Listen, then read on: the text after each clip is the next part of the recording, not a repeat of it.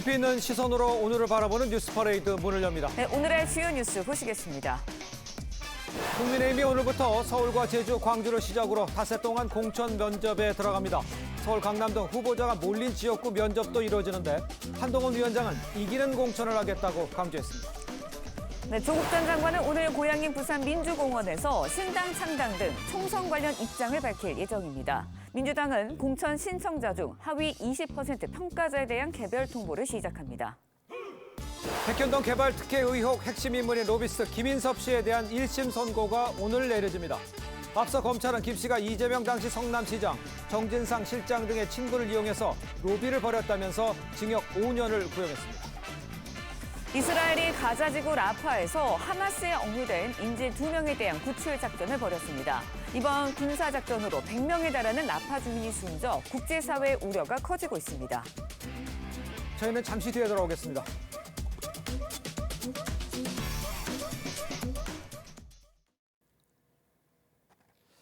시청자 여러분, 설 연휴 잘 보내셨습니까? 화요일 아침 뉴스퍼레이드, 저는 이상목입니다.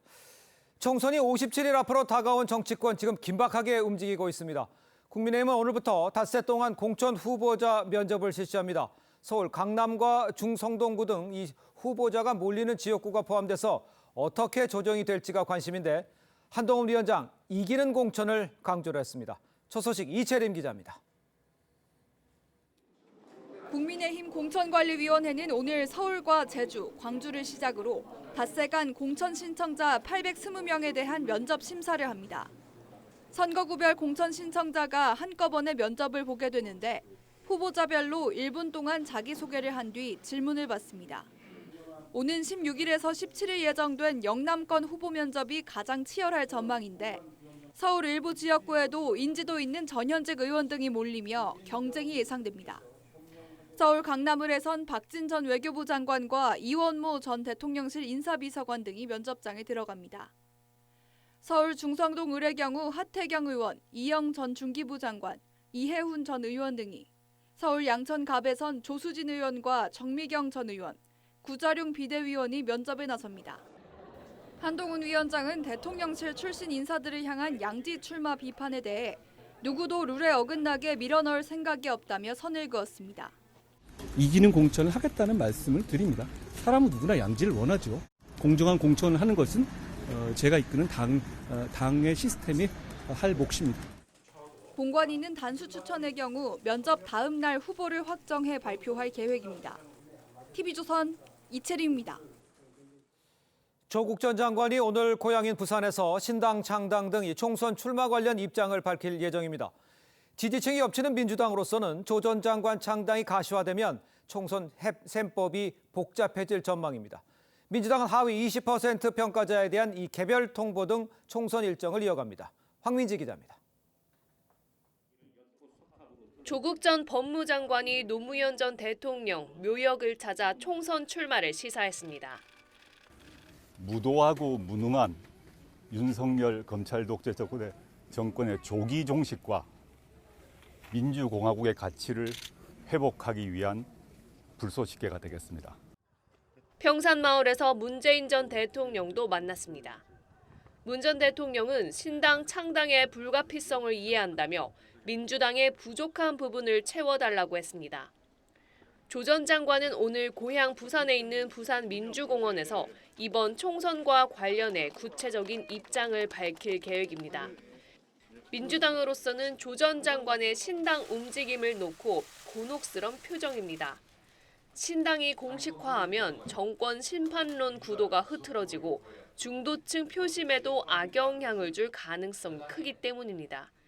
일단 민주당은 공천 신청자 가운데 하위 20% 평가자에 대해 개별 통보를 시작하는 등 일정을 이어갈 예정입니다.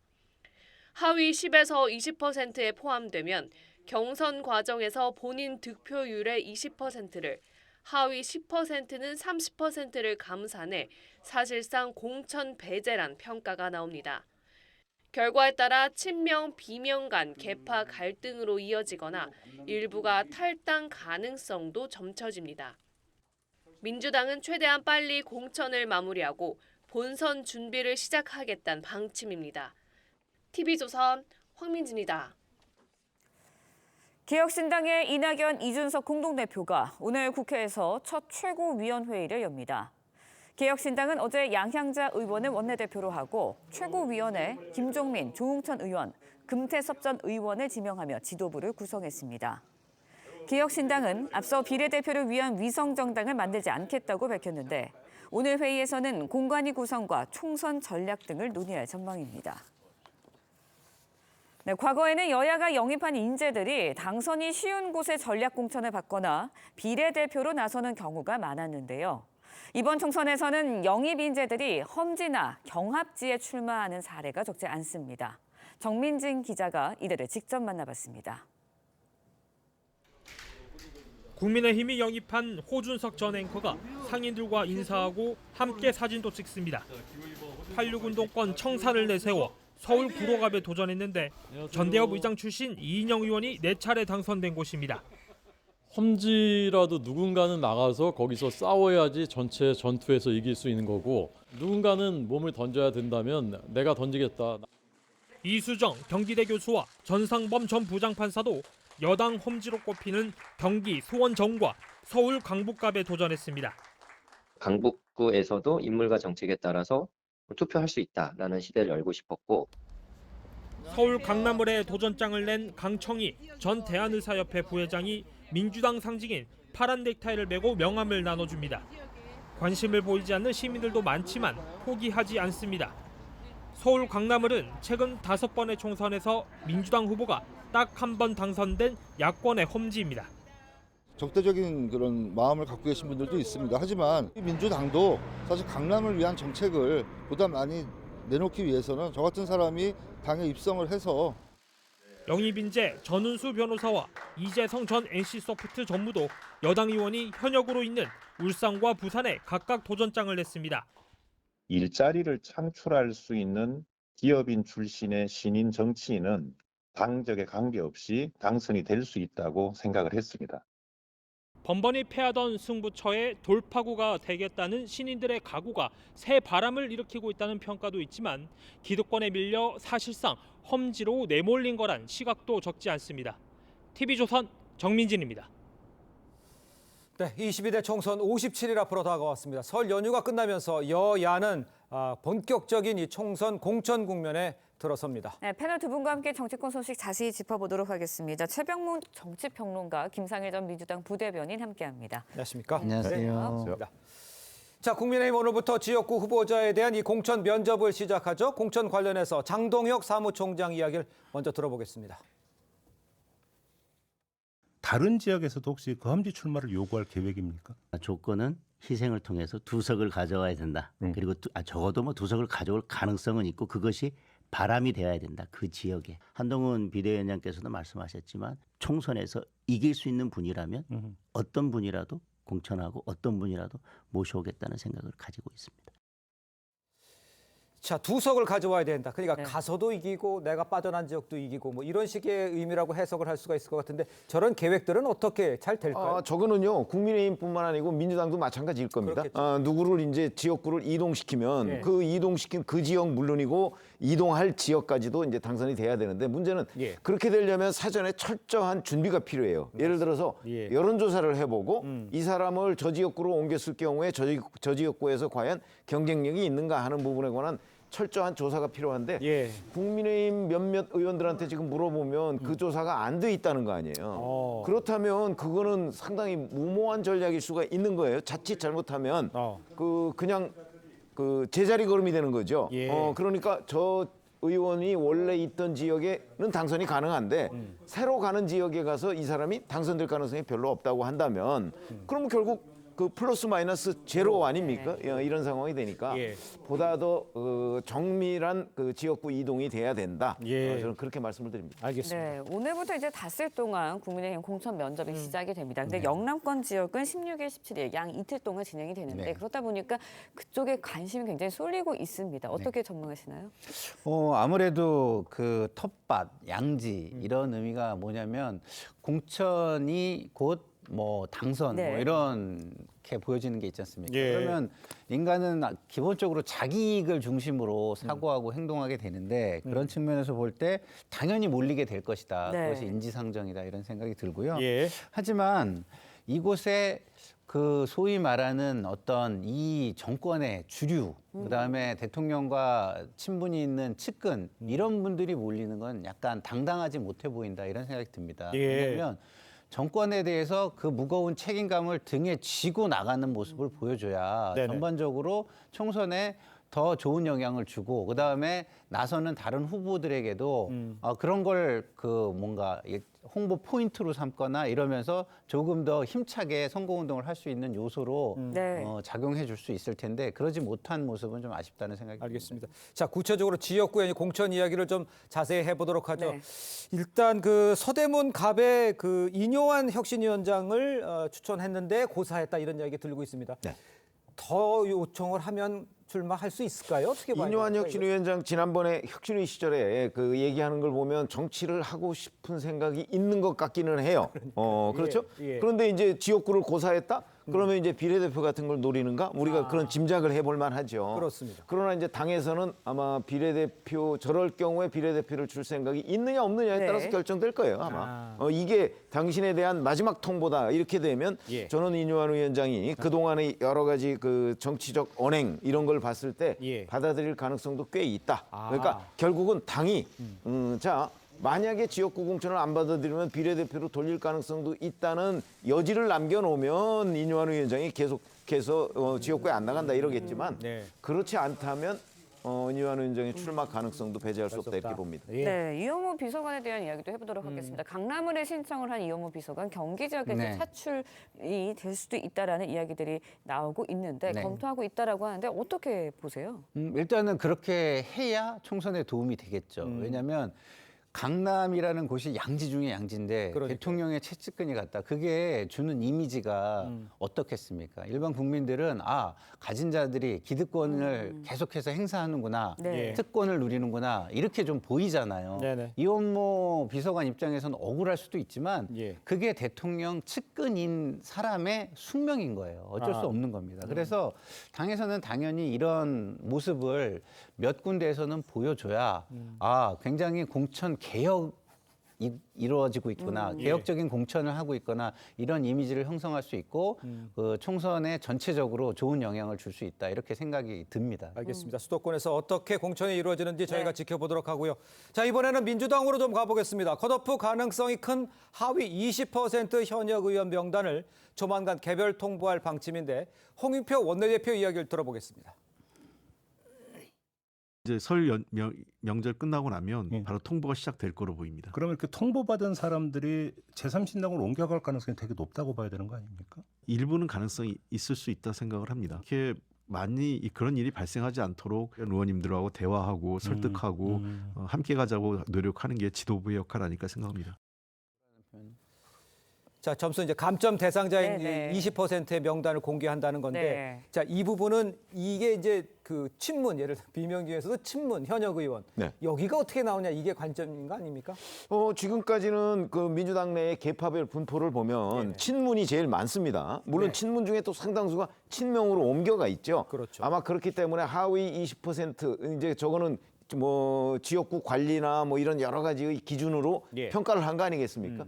그러면 친문 의원이 워낙 많기 때문에 예. 아마 저 20%라는 명단 안에도 친문 의원이 다수인 것은 맞는데 예. 자 그럴 경우에 그럼 과연 친명 중에 정말 우리가 관심을 가질 만한 사람도 포함이 돼 있느냐 이거에 따라서 이제 형평성 문제가 제기될 가능성이 대단히 높죠. 예. 만약에 저기에 과거에 한 그 보름 전 정도의 저 명단은 아니지만 하위 31명 뭐 이래서 유출된 적이 있어요. 그때 당에서 부인하고 그랬었잖아요. 근데 그 명단에는 친문이 훨씬 많았어요. 그렇죠. 친명은 별로 없고 만약에 그런 식의 명단이 다시 나온다면 친명과 친문 간 갈등이 폭발할 가능성도 있는데 네. 뭐 아마 친명계에서 뭐 그렇게까지야 하겠나 싶은 생각은 듭니다. 예. 그러나 여하튼 저 20% 명단에 친문이 많은 것은 당연한 것으로 저는 그렇게 이해가 됩니다. 네. 평가자 하위 20% 명단 안에 든다는 거 사실상 컷오프가 된다는 거나 마찬가지다라는 이야기들이 나오고 있는데 네. 비명계 의원들이 뭐 탈당한 다음에 제3지대 선택할 가능성도 있지 않겠냐 네. 이런 이야기도 나오고 있습니다. 어떻게 예상하시나요? 당연히 가능성이 있죠. 예를 들어 가지고 탈락자들에게 그 기준이라든가 배점 그 점수 결과라든가 이런 걸 가지고 들고 가서 그 탈락자에게 이걸 설득할 수 있는 정도의 투명하고 공정한 기준이라는 거를 알려줘서 이것이 어떤 다른 데로 갔을 때에 오히려 이것이 본인에게 약점이 될 것이다라는 걸 느끼게 해주지 않는 한 제가 볼 때는 자기 이익을 위해서 대부분 다 그 탈당을 하고 다른 곳에 가서 출마를 하려는 그런 입장을 가질 거라고 저는 생각을 해요. 근데 예를 들어서 그 공정한 기준과 그 결과를 보여주면서 얘기를 하면은 사실상 명분을 빼앗는 거잖아요. 예. 그래서 그것이 얼마나 공정했느냐. 근데 본인이 그것을 전에 들었을 때 공정하지 못한 포인트를 잡아서 만약에 탈당을 한다 그러면 이게 또 빌미를 주겠죠. 그러니까요. 자, 최 편집장님 이건 어떻습니까? 지금 임종석 전 비서실장, 여기에 대한 공천을 주냐 마냐. 근데 일단 안 줄 것 같은 분위기가 많잖아요. 많죠. 여기에 대해서 그러면 이게 또 뇌관이 될 수 있는 확률은 높아 보이는데 이걸 어떻게 이해하면 되겠습니까? 그러니까 그거를 임종석 전 대통령 비서실장이 친문을 대표하는 건 아닙니다. 그렇죠? 그러나 친문을 상징하는 건 사실이에요. 그렇기 때문에 저는 이재명 대표가 임종석 전 실장에 대해서 적어도 서울 중성동갑 그러니까 임종석 전 실장이 과거에 그 지역에서 국회의원을 했던 그 지역으로 주면 그거는 민주당에는 양지예요. 그러니까 그 지역으로 못 주겠다는 건 확고한 것으로 보여요. 왜냐하면 그렇게 돼서 임종석 전 실장이 배지를 달고 국회로 들어왔을 때 친문의 구심점이 될 가능성이 있고 그렇게 되면 이재명 대표의 잠재적 경쟁자가 될 수 있잖아요. 그거를 이재명 대표가 경계하는 것으로 보여요. 다만 그렇다고 해서 그러면 무조건 안 된다. 이렇게 가져가면 자칫하면 임종석 전 실장 중심으로 또 친문이 뭉칠 가능성도 있어요. 이 그 뭐 좀 공천 탈락 한 사람들 중심으로. 그러니까 그렇게까지는 또 안 가고 그러면 이제 결국 임종석 전 실장한테 중성동갑은 안 되고 그러면 이제 험지 이런 데 가서 당신이 살아 돌아오려면 살아 돌아와라. 아마 요런 정도로 해서 그 임종석 전 실장을 너무 표적해서 공천에서 배제하는 듯한 인상 그거는 안 주려고 할 것이다. 이렇게 봅니다. 그러면 추미애 장관 전 장관 같은 경우는 어떻게 됩니까? 여러 지역에 대해서 여론조사를 돌려보고 있다고 하는데 그럼 차별화돼서 대응한다는 뜻입니까? 그거는 당연히 그 이재명 대표로서는 차별화되죠. 왜냐하면 추미애 전 장관은 확실하게 돌아선 친명계 아니겠어요 지금. 임종석 전 실장은 이른바 언론에서 얘기하는 충성맹세 이걸 안 하고 있거든요. 그러니까 이재명 대표로서는 두 사람을 분리해서 아마 활용하게 될 것이다 이렇게 봅니다. 알겠습니다.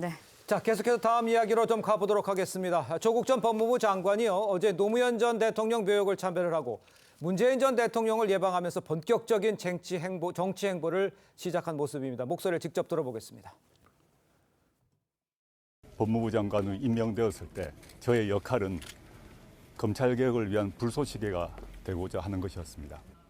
이제 저는 무도하고 무능한 윤석열 검찰 독재 정권의 조기 종식과 민주공화국의 가치를 회복하기 위한 불쏘시개가 되겠습니다. 어떠한 난관도 꺼리지 않고 걸어갈 생각입니다. 불쏘시개가 돼서 제가 하얗게 타더라도 걸어가겠습니다. 일단 정치를 하겠다 이렇게 이해하시는 분들이 많습니다. 그러니까 민주당에선 제2의 조국의 강 이야기 또 나오고 있어요. 민주당 분위기는 어떻습니까? 민주당 내에서 조국의 강, 제2의 조국의 강이 되기는 어려울 것 같아요. 그래요? 지금 그 정도의 뭐 지지층이나 영향력은 없습니다. 그러면 뭐 이게 뭐 개천 정도는 될 수 있을지 모르지만 강은 못 될 것 같고요. 그리고 또 하나는 지금 하신 말씀 중에서 검찰 독재 정권의 조기 종식을 위해서 나온다 그러잖아요. 그러면 안 나오셔야 돼요. 나오시는 순간 이게 정권 연장이 될 수 있는 포인트가 오히려 될 수도 있기 때문에 조기 종식을 원하시면 제가 볼 때는 오히려 모범적인 모습을 보이시는 게 훨씬 낫다 이런 말씀을 드리고 싶습니다. 네, 뭐 불쏘시개 이야기했고요. 오늘 기자회견에서 뭐 신당, 창당 등 총선 관련해서 구체적인 입장 밝힐 것이다라는 보도들이 이어지고 있습니다. 오늘 어떤 이야기 할까요? 아마 아주 구체적인 얘기는 하지 않을 거예요. 그러나 이제 신당을 만들겠다는 입장은 분명하게 밝힐 것으로 보여요. 왜냐하면 이미 2월 1일에 본인 싱크탱크죠. 그 리셋 코리아 행동이라는 데가 발기인 대회를 가졌고요. 그 발기인 대회에서 대표까지 뽑아놨어요. 그러니까 그냥 그거를 정당화하면 되는 거예요. 그러면 이제 정당화하고 나서 자, 조국 전 장관이 그러면 지역구에 출마할 것이냐 비례대표로 출마할 것이냐. 근데 뭐 제가 보기엔 지금 2달도 안 남았는데 지역구 출마하기는 어려울 것으로 보이고요. 아마 비례대표를 노리고 있는 것으로 보이고 그렇게 되면 이제 3%는 넘어야 비례대표 배분 대상이 되잖아요. 그렇죠. 아마 그런 것들을 위해서 그 본인이 총력전을 펼치지 않을까. 그러면 이제 결국 본인이 2번, 비례대표 2번을 해야 되죠. 아마 그 방법 외에 다른 방법은 없을 것이다. 근데 오늘 거기까지는 얘기 안 하고 아마 신당 창당 선언을 하고 본인의 그 지금 얘기대로 뭐 윤석열 뭐 검찰 독재 정권의 조기 종식 뭐 이런 이제 여러 가지의 신당 창당의 명분을 아마 오늘 설명하지 않을까 싶습니다. 그렇다면 민주당이 추진 중인 그 비례 뭐 통합 정당인가요? 뭐 그거하고 거기하고도 좀 연결될 수 있는 가능성은 있습니까? 저는 그 가능성도 낮다고 보는 게 낮다고 없다. 함께 하는 순간 마이크가 많이 올 거고요. 설명을 계속 해야 될 겁니다. 이거에 대해서. 그런데 그런 난감한 설명을 계속 하면서 선거를 치르기는 좀 쉽지 않지 않겠습니까? 그런 차원에서 저는 정말 확실한 뭔가 이익이 되는 포인트가 존재한다면 모르지만 그 전에는 좀 곤란해하지 않을까 이런 생각이 듭니다. 알겠습니다. 네, 조국 전 장관 진짜 한 8일에 항소심 실형 판결을 받았습니다. 이걸 놓고 이제 직후에 이제 신당 창당 시상은 놓고 한동훈 위원장 결국은 법정 구속 면하기 위해서 이렇게 신당 창당을 선언한 거 아니냐 이런 지적도 했거든요. 뭐 사실 법정 구속은 이제 판사의 재량권이 많이 있기 때문에 그걸 가지고서 뭐 법정 구속 면하려고 그런 것 아니냐 이렇게 얘기하는 거는 너무 단정적인 얘기고 제가 보건대는 아마 조국 전 장관은 그 2심에서 징역 2년이라는 실형 선고를 예상을 했을 거예요. 그러나 또 법정 구속 뭐 충분히 예상을 했겠죠. 뭐 그럴 가능성도 있다 이렇게 예상을 했지만 만약에 이제 그 8일 그 2심 선고 전에 본인이 이런저런 얘기를 하면은 판사가 어떤 판단을 할지 모르는 상황에서 변수를 만드는 거잖아요. 그러고 싶지는 않았을 거다. 저는 이렇게 봅니다. 그런 점에서 본다면 당연히 본인은 이런저런 여러 가지 가능성에 다 대비했는데 법정 구속이 안 되니까 아, 뭐 참 다행스럽다. 나는 나의 길을 가겠다. 지금 이렇게 일정을 잡고 있는 것으로 그렇게 보입니다. 알겠습니다. 조국 전 장관의 입장에서는 그럴 수 있는데 그 문재인 전 대통령의 입장에서는 뭐 오는 사람 막을 수는 없다라고 말을 하지만 이게 좀 실형을 선고받고 재판부 결정이 난 상황이잖아요. 실형을 선고받은 사람한테 어떤 힘을 실어주는 듯한 모습이 연출되고 있다. 이거는 좀 대통령을 지낸 분으로 적당한가? 이런 지적에 대해서. 그래서 저는 사실은 문재인 전 대통령의 어제 언급에 보면 불가피한 선택임을 이해한다로 돼 있습니다. 이해한 불가피한 선택. 그러니까 무슨 얘기냐면 조국 전 장관을 그냥 이해하는 정도지 저는 응원 메시지는 없다고 보고요. 그렇습니다. 그리고 어제 조국 전 장관이 그 문재인 전 대통령 예방하기 직전에 그 문재인 전 대통령이 그 왜 신간 소개하잖아요. 거기에 최근 조국 전 장관을 아주 강하게 비판했던 공지영 작가의 책을 소개했어요. 그 얘기는 저는 오히려 문재인 전 대통령의 본심은 조국 신당이 그 생기지 않았으면 하는 쪽에 가까운 것 아닌가 이렇게 해석을 합니다. 알겠습니다. 자, 계속해서 설 연휴 기간 동안 빅텐트 구축에 성공한 이 제3지대 이야기도 해보겠습니다. 오늘 개혁신당이 첫 번째 최고위 회의를 가질 예정이죠. 공천, 정책 문제 등 아직 넘어야 할 산이 많이 보이는데 기호 3번은 확보하겠다 이런 목표는 정해진 것 같아요. 3번을 확보할 수 있을까라고 보십니까? 예, 뭐 저는 3번은 확보할 수 있을 거라고 저는 봅니다. 왜냐하면 그 이유는 원래 이게 4개로 찢어져 있을 때는 그 YTN이 엠브레인 그 리퍼블릭의 그 여론조사 한 거를 보면 각계의 정당이 전부 다 한 자리예요. 그리고 합쳐도 2자리가 되지 않습니다. 뭐 그래픽이 있으면 좀 보여주시면 좋겠는데 그런데 이 이유는 뭐냐면 이렇게 당이 여러 개면은요 선택하기가 되게 어려워요. 이거 외우기도 어렵습니다. 개혁신당, 새로운 미래, 원칙과 상식, 새로운 선택. 이거 중에서 뭘 고르겠어요. 근데 이것이 하나가 된다는 건 무슨 얘기냐면 선택이 심플해진다는 겁니다. 되게 간단한 거예요. 그러니까 양당 싫어? 제3지대. 이렇게 그냥 할 수 있다는 겁니다. 그러면은 그거는 국민에게 굉장히 심플한 선택지를 그 제3의 선택지를 제공하는 거고 지금 그런 류의 국민의 지금 그 어떤 에너지는 충분히 축적돼 있다. 그런 측면에서 출마자들도 이러면은 나 정도면은 가서 해볼 만한데라고 느끼는 사람들이 꽤 있을 수 있다는 측면에서 제가 볼 때는 지금 고민하는 사람들의 고민의 결단을 할 수 있게 만들어주는 요인이 된다. 그런 측면에서 뭐 그 정도까지는 충분히 늘어나지 않을까 이런 생각이 듭니다. 네, 양당이 싫어가지고 제3지대로 선택하는 사람들도 있겠죠. 그런데 4개의 세력이 모였습니다. 그렇다 보니까 정체성이 좀 모호한 건 아니냐. 그런 지적들도 나오고 있거든요. 어떻게 보세요? 저거는 어느 관점에서 보느냐에 따라 다르다고 생각을 하거든요. 4개의 세력이 모였으니까 정체성이 겹치는 부분이 별로 없는 것 아니냐 이렇게 볼 수도 있고 바로 반대쪽에서 보면 그게 다양성입니다. 그렇죠? 정당은 어느 하나의 그 아주 일정한 스펙트럼을 향해서 나아가면 그걸 이제 뭐 사당이다 뭐 이런 공격을 하잖아요. 그러면 그게 여러 개면 뭐 일부 보수 세력도 있고 진보 세력도 있고 이렇게 되면 다양성 속에서 뭐 용광로처럼 조화를 이룬다. 또 이렇게 긍정적으로 볼 여지도 있기 때문에 제가 보건대는 이건 그 지금 이 4개 정파의 이 그 단일 정당 이거를 저는 뭐 정체성 뭐 이렇게 보는 거는 아마 공격하고자 하는 쪽에서 그렇게 볼 것이고 그렇지 않고 그거를 옹호하고자 하는 쪽에서는 굉장히 다양한 여러 가지 스펙트럼이 한 곳으로 모아 있기 때문에 그 안에서 잘만 하면 긍정적 시너지를 가져올 것이고 근데 만약에 그 안에서 또 뭐 여러 가지 갈등이 생기면 그건 이제 부정적인 요인이 크게 드러나는 이런 상황이 될 것이기 때문에 지금 제3지대 빅텐트가 출발선상에 서 있는 거잖아요. 앞으로 어떤 일이 벌어질지 누가 저걸 예측할 수가 있겠습니까? 그걸 한번 지켜보는 게 중요합니다. 김상희 평론가께 이렇게 여쭤볼게요. 지금 뭐 이렇게 뭐 다양성이라고 얘기는 해주셨습니다만 정체성 이야기하는 사람도 있고 공약이 뭐 어떻게 되냐 이야기하는 사람이 있어요. 개혁신당은 보수 성향입니까? 진보 성향입니까? 뭐라고 답할 수 있는 겁니까? 그러니까 실용주의라고 저는 보는 게 맞다고 봐요. 왜냐하면 지금 그 거대 양당도요. 사실은 정체성이 균일한 사람들이 들어와 있는 게 아닙니다. 예를 들어가지고 그 한동훈 비대위원장이 영입하는 사람들, 과거에 그 보수 정당에서 영입한 진보 인사들을 한번 보세요. 그 사람들이 그러면은 그 예를 들어서 완전히 자신들의 무릎을 꺾고 들어간 겁니까? 그런 게 아니잖아요. 오히려 이렇게 모셔진 거거든요. 그래서 그런 사람들이 가서 다른 의견을 내고 그 다른 의견이 뭐 그 당 내에 제도화된 의사결정 시스템 위에서 아주 순조롭게 의사결정이 이루어지고 잘 집행이 된다면 아무 문제가 없다. 좀 전에 말씀하신 대로 자기 주장만 하다가 그 안에서 나는 이걸 못 버려라고 싸우면서 계속 싸우면서 이게 분열 양상으로 가면 그것이 문제가 될 것이다. 저는 이렇게 봅니다. 알겠습니다. 자, 다음 이야기도 좀 해보도록 하겠습니다. 최근요 여야 정치권에서 이승만, 김대중 두 전직 대통령을 주인공으로 한 이 다큐멘터리 영화 관람 인증 한창입니다. 여야 대표들 각 영화를 보고 어떤 소감을 밝혔는지 먼저 듣고 이야기를 나눠보도록 하겠습니다.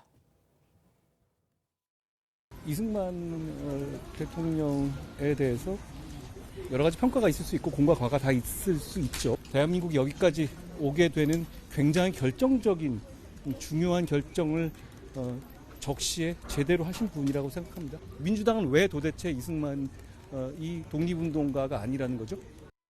김대중 대통령께서 여러 제쳐 오신 민주주의의 길 잘 지켜나가도록 노력하겠습니다. 지금 상황에서 가장 중요한 것은 민주주의와 민생 경제의 퇴행을 막는 것입니다. 자, 보셨으면 한동훈 비대위원장 어제 이제 영화를 보고 나오면서 저 인터뷰를 한 겁니다. 그렇다면 이제 내용을 쭉 들어보면 이승만 전 대통령을 평가가 제대로 다시 이루어져야 된다 이런 메시지 같은데 저 메시지 의미는 어떻게 해서 이승만 전 대통령에 대한 그 일종의 다큐멘터리를 지금 만든 거잖아요. 그렇습니다. 근데 그 부분이 이제 국민의힘 지지자들한테는 이승만 전 대통령을 재평가해야 된다. 최근에 뭐 기념관 걸린 문제도 있고요. 그러다 보니까 이제 상당한 호응을 받을 겁니다. 그래서 이제 저게 뭐 어제부로 뭐 24만 명을 넘었다. 그러니까 이제 오늘 아마 흥행을 계속 이어갈 것으로 보이는데 사실은 이승만 전 대통령 그 시기만 해도 벌써 우리 역사 속으로 들어가 있는 거예요. 맞아요. 그렇기 때문에 저는 이제 국민의힘의 뭐 뿌리다 이렇게 얘기는 하지만 많은 사람들이 아직 제대로 모르고 특히 지금 뭐 그 그 영화 평론가들 얘기에 따르면 MZ 세대들이 많이 본다는 거 아니에요. 예. 저렇게 되면은 이제 전통적인 지지층 결집 외에 그 약간 중도층 유인 효과도 좀 있지 않을까. 모처럼 그 국민의힘 지지층에서 그 영화 정치를 시작했다.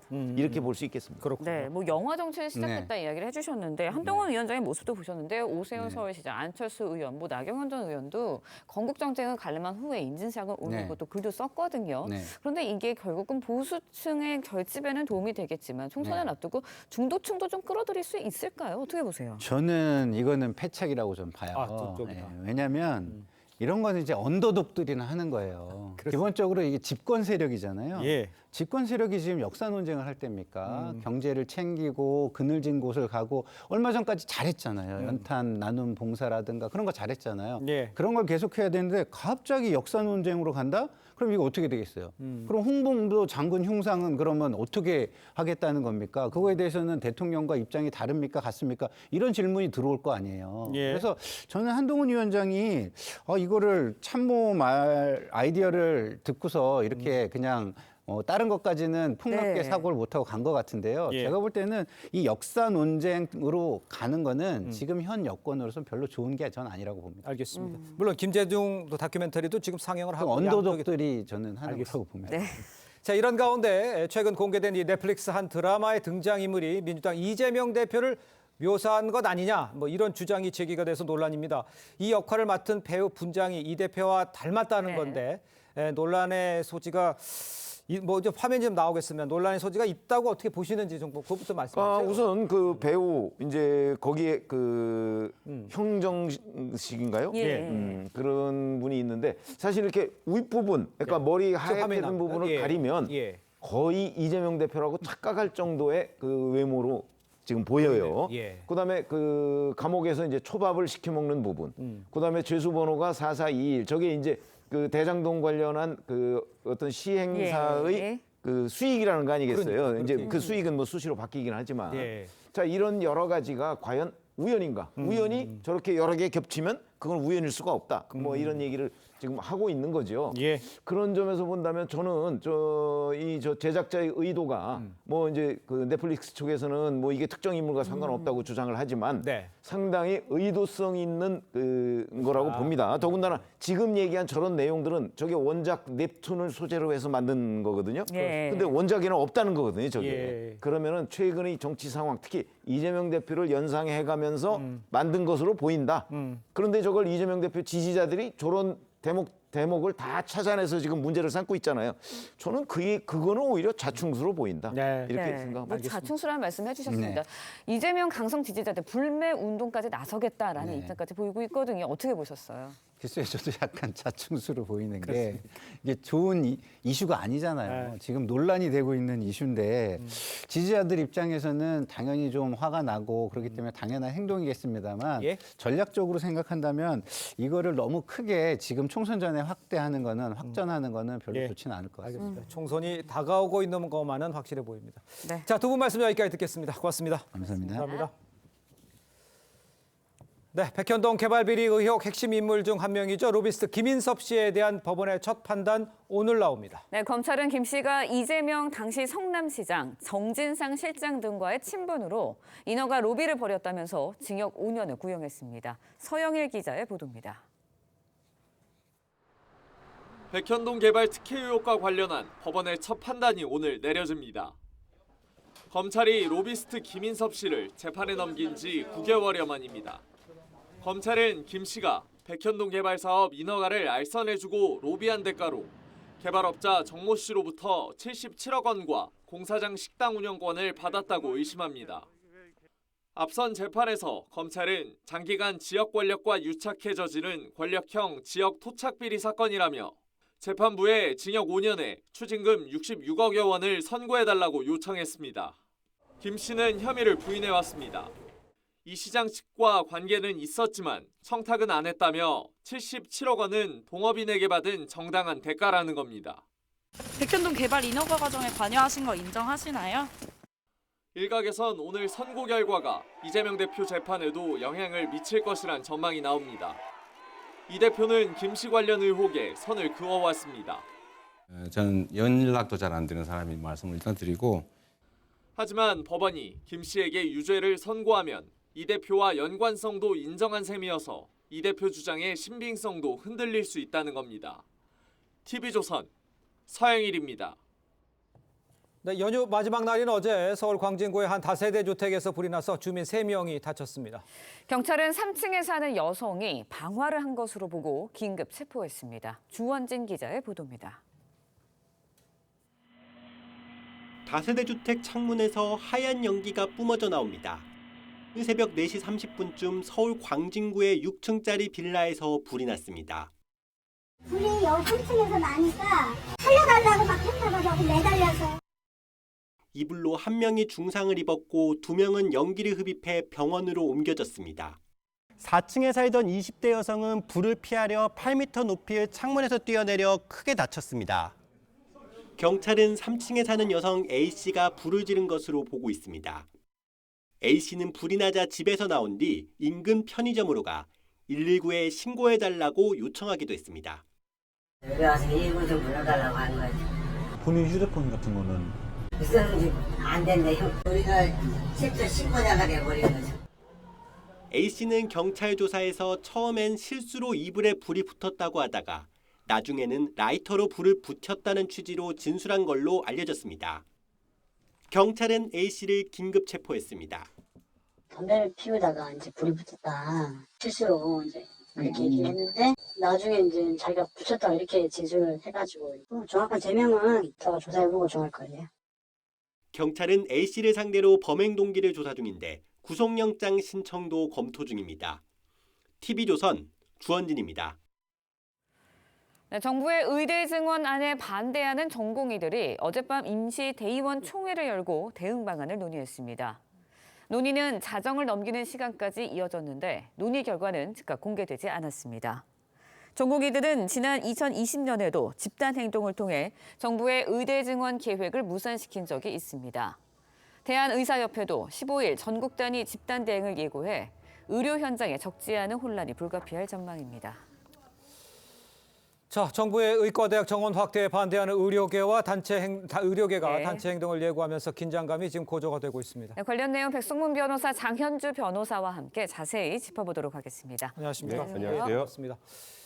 자, 어젯밤 전공의들 의대 증원 정책을 막기 위한 대응 방안을 논의했다고 지금 전해드렸습니다. 이른바 이제 빅5 대형 병원의 전공의들이 단체 행동에 동참하기로 한 만큼 글쎄요, 파급력은 크지 않을까 이렇게 예상이 되네요. 사실 몇 년 전으로 돌이켜보면 2020년에도 의대 정원 문제가 한 번 있었죠. 맞아요. 문재인 정부 예. 시절에도. 그때도 전공의들의 한 80% 정도가 파업에 동참을 하면서 결국 무산됐던 적이 있습니다. 예.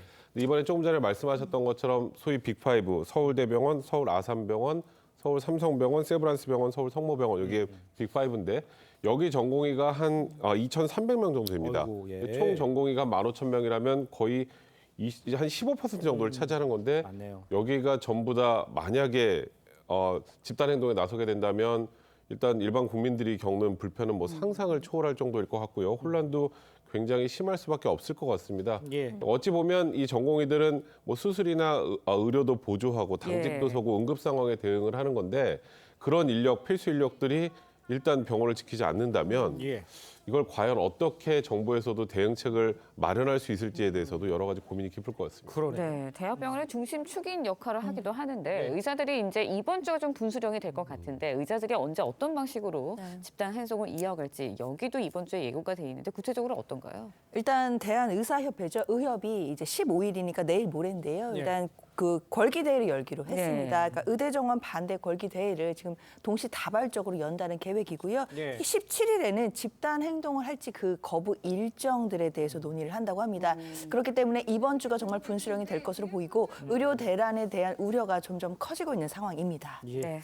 그런데요, 이 전공의가 이른바 피고용 의사잖아요. 그래서 파업 주체가 될 수 없다 이런 해석도 나오고 있는데 그러다 보니까 이제 개정된 의료법에서는 어떻게 적용되느냐 이게 좀 관심인 거예요. 네, 이게 지금 조금 혼란스러운 상황인데요. 네. 조금 전에 말씀하셨던 것처럼 전공의 같은 경우는 그래서 파업을 하는 게 아니고 그러니까 쉽게 말해서 휴가를 내고 일을 안 하는 거예요. 그렇게 생각하시면 됩니다.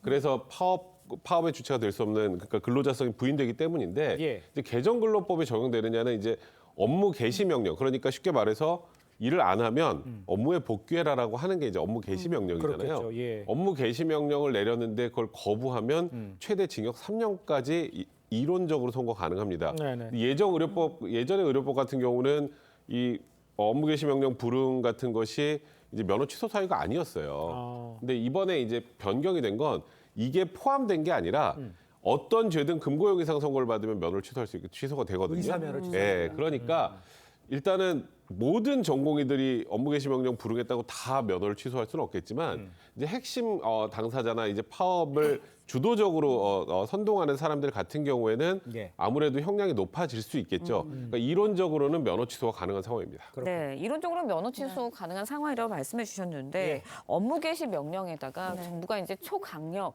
수를 내겠다라는 입장을 계속해서 피력을 하고 있습니다. 실제로도 면허 취소 가능한 건가요? 일단 결과적으로는 가능하다고 봐야 될 것 같습니다. 일단 정부가 이번 파업에 대해서는 강경하게 대응하겠다는 입장을 고수하고 있고요. 예. 특히 복지부가 아까 백 변호사님 말씀 주신 것처럼 업무 개시 명령을 내리게 되고 그것을 의사들이 위반하게 된다라고 한다면 면허 정지 처분도 할 수 있습니다. 나아가서 복지부가 관련해서 고소 고발을 하게 되고 그리고 금고 이상의 형을 받게 된다라고 한다면 의사 면허가 취소될 수 있기 때문에 가능한 부분들이 분명히 있고요. 그렇기 때문에 그래서 전공의들이 또 이제 의사들이 관련해서 업무 개시 명령을 사전에 무력화하기 위해서 이제 사직서를 내는 방안 이런 얘기들이 나왔거든요. 그래서 지금 정부에서는 수련 병원에다가 집단 사직서 수립 금지 명령까지 지금 내려놓은 상황입니다. 알겠습니다. 뭐 면허 취소 이야기도 예. 저희가 하고 있습니다만 이거에 앞서서 가장 걱정스러운 거 의료진들이 이제 뭐 휴가를 가거나 뭐 파업을 하거나 하면 이런 결국 피해를 보는 거는 이제 환자들이잖아요. 이게 가장 중요한 거예요. 이제 가장 걱정스러운 부분은 이제 응급 환자들을 이제 진료하고 케어할 사람들이 사라지는 거고요. 맞아요. 그리고 이제 지금 굉장히 중요한 수술을 앞둔 분들도 네. 꽤 있겠죠. 예. 근데 그분들 지금 수술 일정 밀리면 그거는 생명이 왔다 갔다 할 수 있는 문제가 됩니다. 네. 그렇기 때문에 지금 사실 2020년에도 그 당시 의대 증원 하려다가 결국 못했던 주요한 이유기도 한데 예. 근데 일단은 이번 지금 윤석열 정부에서는 이에 대해서 물러설 의사는 전혀 없는 것 같습니다. 결국은 뭐 이게 국민들의 뭐 여론조사상으로도 굉장히 지지를 많이 받고 있는 그런 상황이기도 하고 예. 그래서 일단 이게 어찌 보면 의사 쪽도 그렇고 정부 쪽도 그렇고 여론의 추이를 안 볼 수가 없을 거예요. 근데 지금 이제 당장 이제 말 그대로 소위 이제 파업, 예. 그러니까 아까 제가 말씀드렸던 것처럼 뭐 사직서를 내거나 휴가를 내고 연차를 내거나 해가지고 사실상 일을 안 하는 그런 형태로 취하는 것이 국민들에게 얼마나 큰 이제 불편함이나 그리고 또 위중함으로 다가올지 예. 이 부분이 굉장히 좀 걱정이 많이 됩니다. 맞습니다. 네, 뭐 전공의들의 파업 이야기까지도 해봤는데 만약에 파업이 장기화된다면 일부 병원에서 전임의들이나 뭐 대학 교수들까지도 네. 파업에 참여할 수 있다라는 이야기도 나오고 있습니다. 개업한 의사들은 그러면 어떤가요? 그래서 지금 말씀 주신 것처럼 전임이나 지금 대학 교수들도 이탈할 가능성이 있는데요. 왜냐하면 일단 전공의들이 먼저 파업을 하게 된다라고 한다면 그 빈 공간을 또 전임의가 먼저 이제 투입이 되기 때문에 예. 그런 부분에서는 또 전임의까지도 영향을 미칠 수 있을 것 같고요. 예. 특히 이제 장기간 파업이 끝나고 난다라고 한다면 정상화하는 데까지도 상당히 시일이 걸릴 수 있습니다. 그리고 또 개원의가 주축인 의협도 예. 집단휴직 방식으로 만약에 파업을 하게 된다라고 한다면 동네 병원이 또 휴진을 할 가능성이 있거든요. 이렇게 된다라고 한다면 사실 국민들의 일상생활에 큰 영향을 미치게 되기 때문에 이런 부분에 대해서 정부가 지금 예의주시하고 있는 상황입니다. 알겠습니다. 네, 자, 오늘 말씀 여기까지 듣겠습니다. 고맙습니다. 고맙습니다. 감사합니다. 자, 초동생 학부모 사이에 이른바 이 키 크는 주사가 유행처럼 지금 번지고 있습니다. 네, 그런데 주사제를 맹신하고 오남용하는 경우도 적지 않아서 식약처에서 부작용 사례 신고가 잇따르고 있다고 합니다. 소비자 탐사대 안혜리 기자가 그 실태를 들여다봤습니다. 서울의 한 소아청소년과에 초등학교 저학년으로 보이는 환자와 보호자가 가득합니다.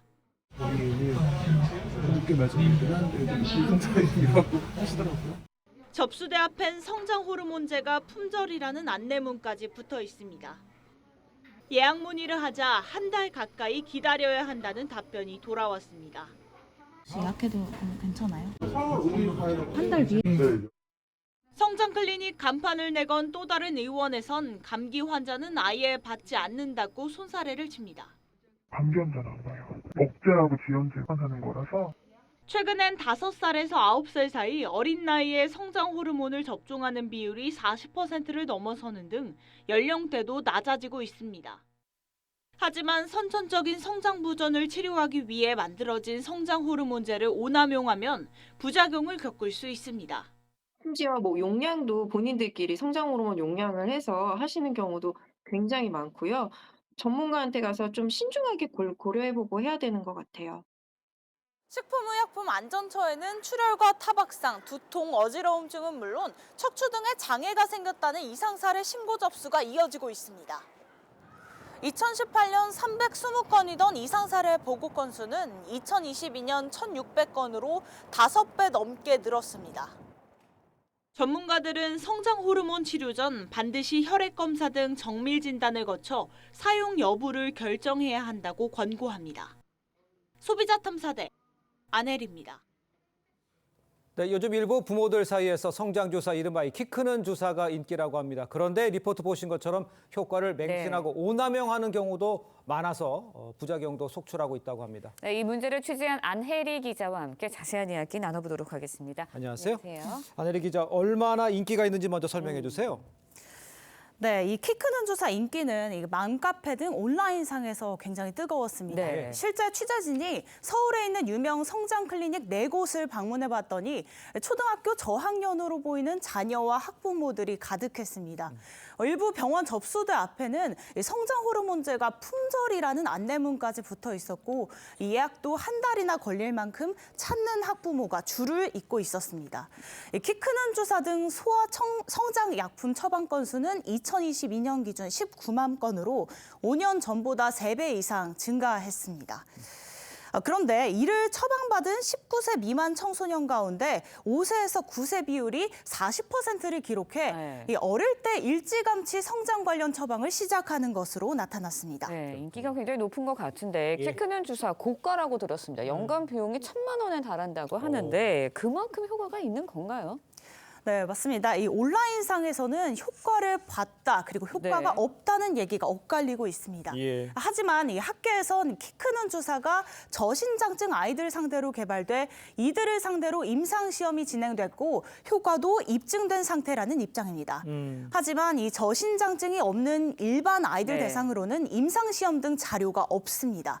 이 때문에 단순히 이 선제적으로 아이들 키를 키우려고 주사를 맞는 경우 등에 어느 정도 효과가 있는지는 임상 연구 결과를 찾기 힘든 상태입니다. 그렇군요. 자, 뭐 관심이 이제 안전한가 이런 건데 지금 아까 리포트에 나왔습니다. 부작용 사례가 계속 보고가 되고 있다 이거 아니에요? 네, 맞습니다. 이 부작용은 저신장증 질환 아이들과 일반 아이들 모두에게 해당될 수 있는데요. 식약처에는 출혈과 타박상, 어지러움증, 그리고 척추 등의 질환이 생겼다는 이상 사례도 끊임없이 보고되고 있습니다. 2018년 320건이던 소아성장약품 이상 사례 보고 건수는 2022년 1,600여 건으로 5배 넘게 늘었습니다. 취재진이 만난 한 학부모의 자녀는 키 크는 주사를 맞고 1년 뒤부터 자녀의 척추측만이 심해졌다고 주장합니다. 예, 그렇군요. 정형외과 측에서는 성장 호르몬 주사 맞는 친구들 사이에서는 많이 척추 측만증이 발견된다는 얘기는 해주셨어요. 네, 이렇게 하지만 이 성장주사 인과관계는 정확하게 밝혀지지 않았고 밝혀내기도 쉽지 않은 상황입니다. 네, 일단 좀 논란은 되고 있는 것 같은데 그렇다면 이 주사 어떤 사람에게 맞아야 하는 거고 또 주의할 점은 뭔가요? 네, 이 성장주사는 선천적인 성장 부전을 앓고 있는 환자들을 위한 겁니다. 이 아이의 키가 또래보다 작다고 해서 또 안 클까 봐 선제적으로 주사를 맞게 하는 건 아니라는 건데요. 이 성장주사가 무분별하게 오남용되는 사례가 보고되면서 인식 개선을 필요하다는 목소리가 나옵니다. 전문가 의견 들어보겠습니다.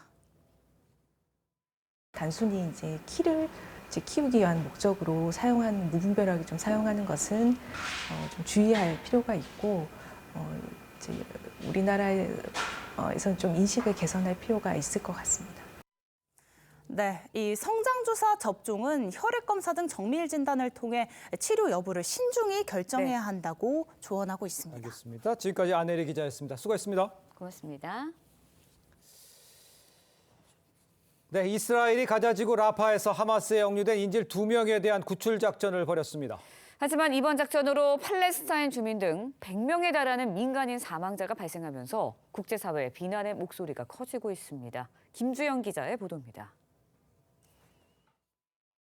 가자지구 최남단 도시 라파의 한 건물에 이스라엘 특수부대원 10여 명이 들어갑니다. 강력한 폭발과 총격전 끝에 이스라엘 인질 2명이 구조됩니다. Israeli commandos carried out a hostage rescue mission deep inside Rafah in Gaza. 이번에 구조된 인질은 지난해 10월 하마스의 이스라엘 키부츠 기습 공격 당시 붙잡힌 60에서 70대 노인이었습니다. Very emotional to see them, to hug them, to feel them. It feels almost unreal. 새벽 시간 이스라엘 공격을 받은 라파는 아비규환이 됐습니다.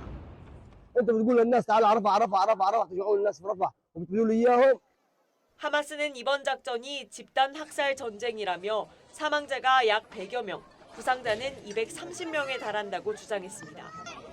그러면서 자신들이 데리고 있던 인질 8명이 중상을 입고 이 중 3명이 숨졌다고 밝혔습니다. 국제사회는 대규모 민간인 희생에 우려를 나타냈습니다. We do not support a full-scale military operation there going ahead. 이스라엘은 남은 인질 130여 명에 대해서도 구출 작전을 감행할 계획이어서 추가 충돌이 우려됩니다. TV조선 김주영입니다.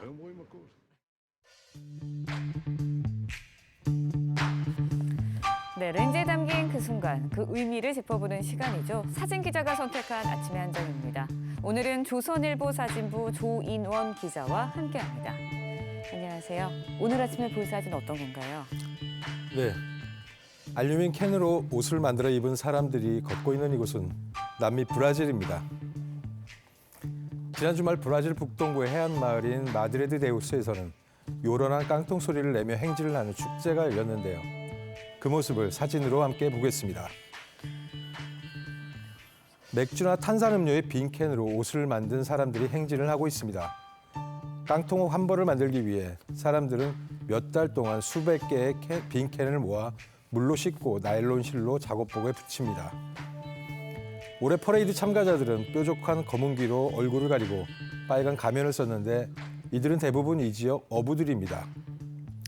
이 행사는 지난 1997년 사람들이 마시고 버린 빈 캔이 바다에 떠 있는 것을 보고 얼마나 많은 캔이 버려지는지를 좀 더 재밌게 알리기 위해 시작되었다고 합니다. 네, 그런데 우리도 설 연휴 동안 재활용 쓰레기들이 많이 나왔죠? 네, 선물 택배가 늘면서 긴 명절 연휴가 끝나면 포장재 쓰레기들이 쏟아집니다. 어제도 전국의 재활용 선별장에는 플라스틱이나 종이 박스, 스티로폼으로 된 포장재들이 산처럼 쌓여 많은 포장용 쓰레기들이 나오는 것을 알 수 있었습니다. 네, 선물 포장 더 줄이는 노력 필요한 것 같습니다. 지금까지 아침 한 장이었습니다. 다시 일상으로 돌아온 오늘 날은 더 포근합니다. 온화한 남서풍이 불어오며 오늘 서울의 낮 기온 14도, 내일은 15도까지 오르며 4월 초순에 가까운 기온 보이겠습니다. 오늘도 공기는 계속 탁합니다. 중부지방과 전북, 광주에서 초미세먼지 농도 나쁨 단계 보이겠습니다. 오늘 바람이 강하게 불겠는데요. 특히 해안가와 강원 산지를 중심으로 초속 20m 이상의 돌풍이 불어들겠습니다. 오늘 한낮 기온 어제보다 3도에서 6도 정도 높겠습니다. 서울이 14도, 춘천 13도 예상되고요. 남부지방 한낮 기온 15도에서 18도 안팎까지 기온이 오르며 온화하겠습니다. 내일 새벽 호남과 제주부터 비가 시작돼 오전에는 충청과 영남 지방으로 확대되겠고요. 목요일에는 전국에 비가 내리겠습니다. 날씨였습니다. 네, 이상으로 화요일 뉴스 퍼레이드 마칩니다. 네, 저희는 내일 아침 7시 30분에 다시 찾아뵙겠습니다. 시청해주신 여러분 고맙습니다.